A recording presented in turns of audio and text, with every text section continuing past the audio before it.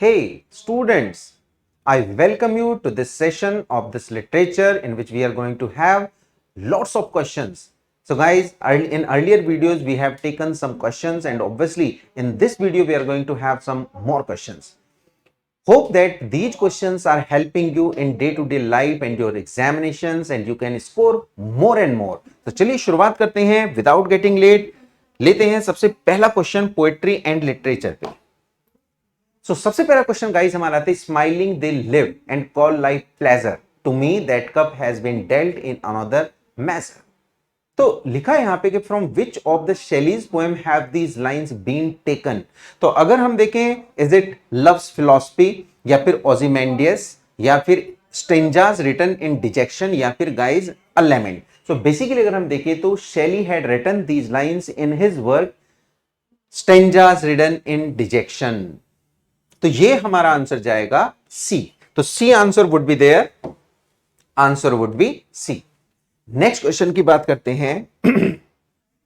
Who is the author of the bridge of sighs. ये थोड़ा सा अनकॉमन क्वेश्चन है, यानी कि ब्रिज ऑफ साइज आपने बहुत कम सुना होगा, राइटर का नाम भी कम सुना होगा, but it is Thomas hood.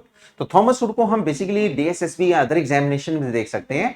तो ये क्वेश्चन थोड़ा सा अनकॉमन है, but still we need to go through the bridge of sighs written by Thomas Hood. अगले क्वेश्चन की बात करते हैं. For though from out of the our bourne of time and place the flood may bear me far I hope to see my pilot face to face when I have cross the bar. तो guys लिखा है कि these lines are quoted from Tennyson's crossing the bar. Who is the pilot in these lines? तो यहां पे पूछा गया जो पायलट बेसिकली इसने शो किया है वो बेसिकली कौन. क्या ये हेवन है, गॉड ऑफ द डेथ है, या फिर गॉड है, या फिर गाइस एंजल है. अगर हम ध्यान से देखें और इन लाइन से पता करें तो भी हमें असेस हो जाता है कि ये कोई और नहीं बल्कि कौन है, इट इज द गॉड. तो यहां पे जो पायलट है गाइस वो कौन है, गॉड, जिनसे Shelley face to Tennyson face to face होना चाहते हैं. The flood may bear me far I hope to see my pilot face to face. अगले क्वेश्चन पे आते हैं.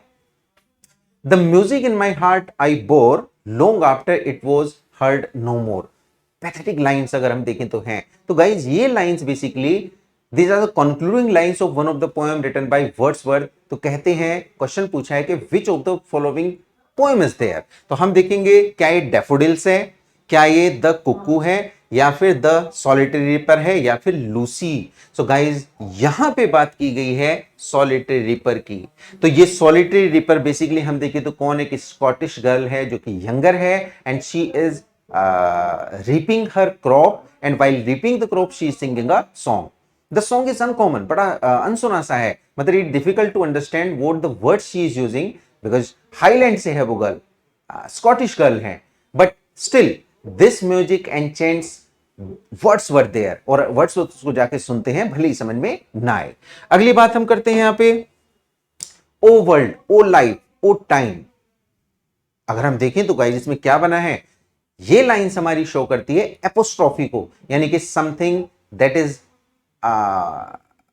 नॉन लिविंग और abstract has been addressed by the poet. तो O world, O life, O time.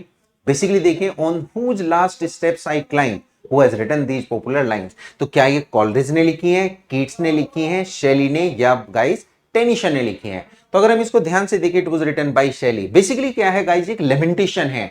Lamentation, O world, O life, O time, it was written by Shelley. Next question की बात करते हैं. When I have fears that I may cease to be before my pen has gleaned my teeming brain whose popular lines are these. Guys इस तरह का अगर हम fear check करें तो ये बेसिकली कहां पे मिलता है हमें, कीट्स की लाइन में. तो कीट्स की लाइन में हमें लाइन मिलती है when I have fears that I may cease to be. क्योंकि कहीं ना कहीं हम देखें तो द लास्ट टाइम में 1820s के अराउंड में he had got a cold and after the cold he had blood spitting. After the blood spitting he had said that this is my death warrant. तो यहीं से हम देखते हैं कि वो एक तरह से पैथेटिक लाइंस को इनको लिखते हैं. अगले क्वेश्चन की बात करते हैं. What is this life if full of care we have no time to stand and stare. These lines have been quoted from Leisure, a poem written by W.H. Davis. Again, थोड़ा सा uncommon है. What does the poet want to say? Poet basically in lines में कहना क्या चाहता है. ध्यान से देखेंगे. What is this life is full of care we have no time to stand and stare. तो गाइज यहां पे बेसिकली डब्ल्यू एच डेविस कहना चाहते हैं that we have no free time, that we have no peace of mind, that we have become too materialistic। तो हम बहुत ज्यादा मेटेरियलिस्टिक हो गए हैं, इस मटेरियल वर्ल्ड में खो गए हैं, और यही बात वो कवर करना चाहते हैं, इसी बात को वो एक तरह से अटेंशन में लाना चाहते हैं। अगले क्वेश्चन की बात करते हैं। I will arise and go now and go to Innisfree and a small cabin built there of clay and watering Vettels made। तो क्वेश्चन बना है कि these lines are quoted from W.B. Yeats poem The Lake Isle of Innisfree। So where is Innisfree? Basically उसकी location को पूछा गया है। It is only an imaginary island। क्या ये imaginary है? Symbolizes England या real island near Ireland या फिर it is a real island near the coast of France। तो गाइस इसमें आंसर हमारा जाएगा सी। बेसिकली एक रियल आइलैंड है, कहां पे? आयरलैंड के पास में। और आयरलैंड अगर आप देखिए तो बिल्कुल पास में किसके है? यूके के पास में है। अगले क्वेश्चन की बात करते हैं guys. Which of the following poems of Spenser is a pastoral. तो देखो स्पेंसर की बात की है, who has been called the poet's poet by Charles Lamb. तो चार्ल्स लैम बेसिकली उनको पोएट्स पोएट कहते हैं, और एक समय था जब स्पेंसर हैड रिटन और compose the Faerie Queene just to celebrate Queen Elizabeth. तो he was at the apex, great थे उस समय भी, जबरदस्त थे। तो गाइज हम देखिए यहां पे कि यहां पे लिखा है poems of Spenser is a pastoral romance. क्या ये एमोरेटी है, एपिथेलेमियन है, एस्ट्रोफेट है, या फिर shepherd's calendar? So guys answer हमारा डी होगा। डी में बेसिकली वो क्या करते हैं? ही represents, this is a combination of 12 poems, और वो 12 पोएम्स बेसिकली किसको शो करती हैं? 12 मंथ्स ऑफ अ ईयर। तो एक ईयर के 12 मंथ्स को शो करती हैं यही 12 पोएम। ऐसे क्या है बेसिकली ये बच्चों? क्या है आपका? Pastoral work. It's a pastoral work, यानी कि had been written with the pastors background. Next question हम देखते हैं, लास्ट क्वेश्चन देखते हैं। What is Sidney's Arcadia? Guys अगर हम फिलिप सिडनी की बात करें, फिलिप सिडनी भी उसी टाइम में नॉन ड्रामेटिस्ट में आते हैं एलिजाबेथन एज में, यानी कि he was the contemporary of this Spenser. So अगर हम देखें कि सिडनी का बेसिकली आर्केडिया क्या था? पेस्टोरल वर्स टेल है, पेस्टोरल रोमांस है, पेस्टोरल इलीजी है, या फिर लिरिक है?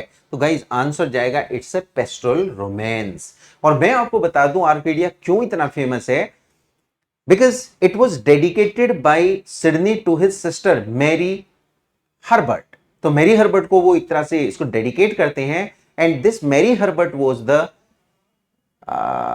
द पेम्ब्रोक, यानी कि पेम्ब्रोक की बेसिकली क्या कहते हैं इसको?